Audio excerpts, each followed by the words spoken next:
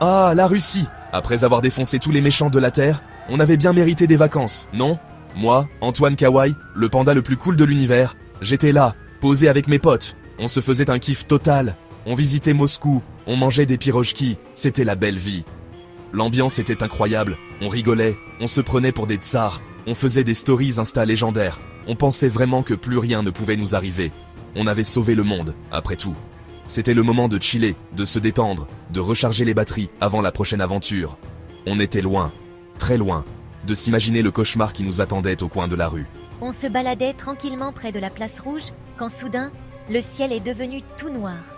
Genre, plus noir qu'une partie de Phasmophobia sans lampe torche. Un vortex bizarre s'est ouvert juste devant nous, avec des éclairs verts et des bruits de modem 56K. On s'est tous regardés en mode « c'est une blague, hein ?» Mais non. Un type flippant en est sorti, flottant dans les airs. Il avait un pseudo ridicule, Azerty 9989, écrit en néon sur son torse. Le mec avait l'air d'un méchant de série B, mais il dégageait une puissance de malade. On a tout de suite compris que les vacances étaient terminées. C'était reparti pour un tour. Antoine Kawaii, ta fête est finie. Avant qu'on puisse réagir, un rayon laser a filé droit sur Mystery Star, mon meilleur pote. Il a été aspiré dans le portail en une fraction de seconde, sans même avoir le temps de crier. On était sous le choc, paralysés. Le mec venait de kidnapper notre ami comme si de rien n'était.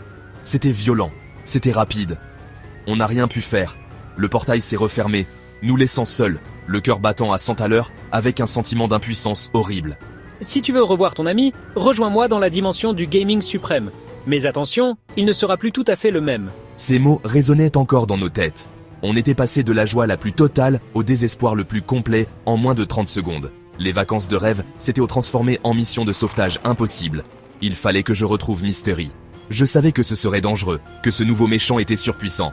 Mais je ne pouvais pas abandonner mon pote. J'ai activé mes pouvoirs de panda de lumière, prêt à tout péter pour le récupérer.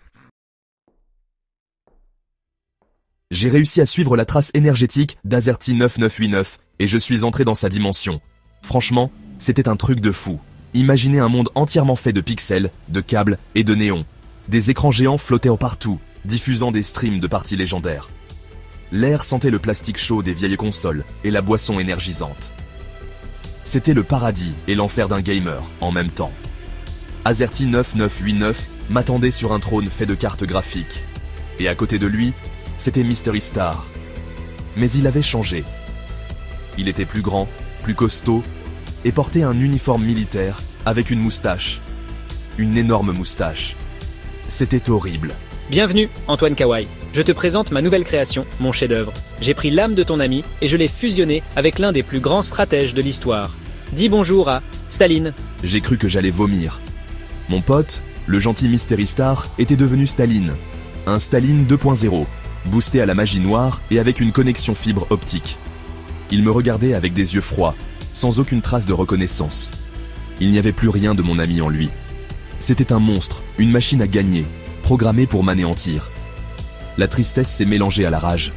Il fallait que je le sauve, que je le libère de cette emprise. Antoine Kawaii, tu m'as l'air faible. Ta vision du monde est naïve. Je vais te montrer ce qu'est la véritable puissance, la discipline absolue. Il a claqué des doigts et des écrans géants se sont allumés autour de nous, affichant des logos de jeux vidéo. Nous n'allons pas nous battre avec les poings. C'est trop primitif. Nous allons nous affronter là où le skill, la stratégie et la rage de vaincre font la différence. Dans l'arène des jeux vidéo, un duel à mort en plusieurs manches. Si tu gagnes, tu récupères ton ami. Si tu perds, ton âme m'appartient. Le défi était lancé. C'était mon terrain de jeu. Mais contre un Staline surpuissant, j'avais un peu la pression, je ne vais pas vous mentir.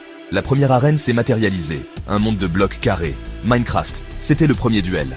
Staline, ou plutôt la chose qui avait pris possession de mon pote, m'a regardé avec un mépris total. Commençons par quelque chose de simple. Un build battle. Le premier qui construit la forteresse la plus imprenable gagne. Je n'avais pas le choix. Je devais jouer son jeu, littéralement. Mais je n'étais pas juste un panda mignon. J'étais un panda de lumière, et j'avais quelques tours dans mon sac. J'allais lui montrer que la créativité et l'amitié sont plus fortes que la tyrannie et la discipline de fer, même dans un monde fait de cubes. La partie pouvait commencer.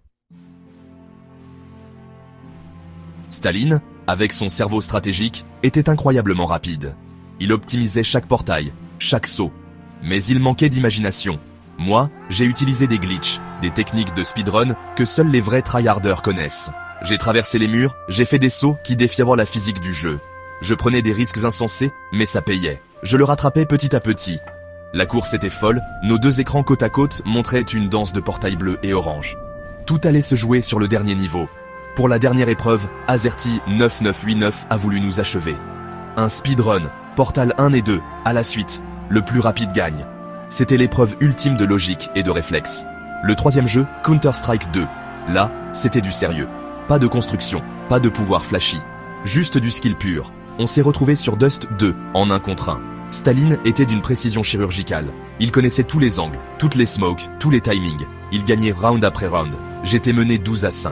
C'était la panique. J'ai dû me calmer, respirer. J'ai alors utilisé une technique de Ninja Panda, le silence absolu. J'ai arrêté de courir. J'ai marché tout le temps.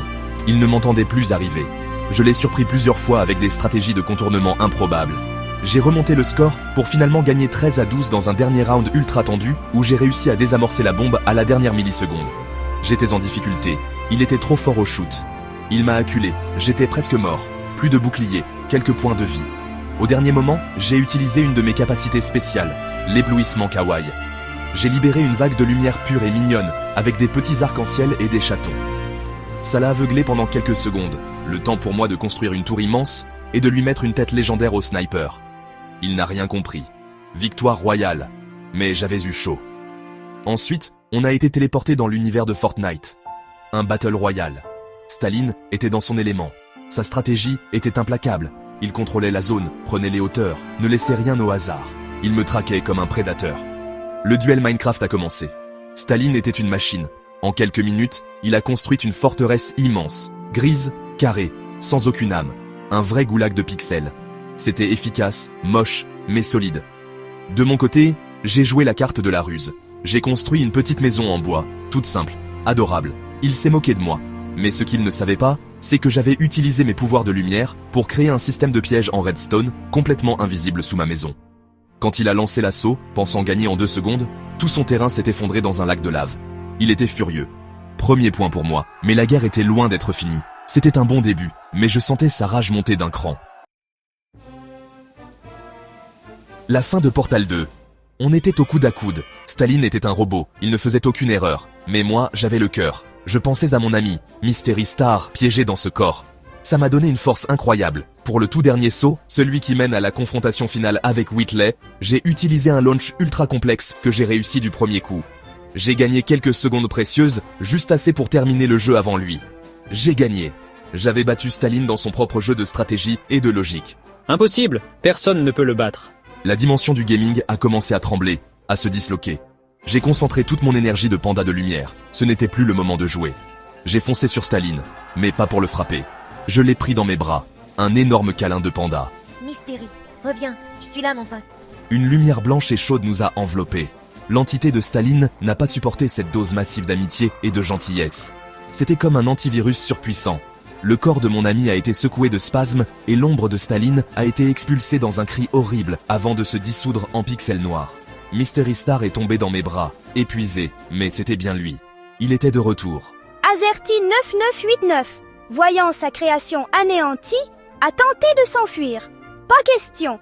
Avec mes amis, qui avaient réussi à me rejoindre, on lui a réglé son compte. Une bonne correction pour lui apprendre à ne pas kidnapper les potes des autres. On l'a ligoté avec des câbles Ethernet et on l'a laissé au milieu de sa dimension en pleine destruction. C'était la fin de son règne de terreur. On a ouvert un portail pour rentrer chez nous, laissant ce monde de pixels s'effondrer sur lui-même. On était fatigués, mais on avait réussi. On avait sauvé Mystery, on avait vaincu le méchant.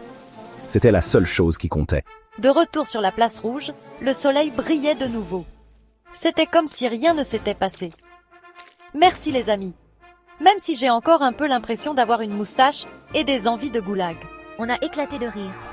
Finalement, ces vacances en Russie étaient les plus mémorables de toutes. On avait affronté un dictateur dans des jeux vidéo, on avait sauvé notre pote et on était prêt pour la suite. On a repris nos vacances là où on les avait laissées, avec une bonne tournée de pirochki pour fêter ça. Parce qu'après tout, c'est ça, la vie d'un héros. Des combats épiques, des amis soudés, et toujours du temps pour s'amuser. Et croyez-moi, on n'a pas fini de s'amuser.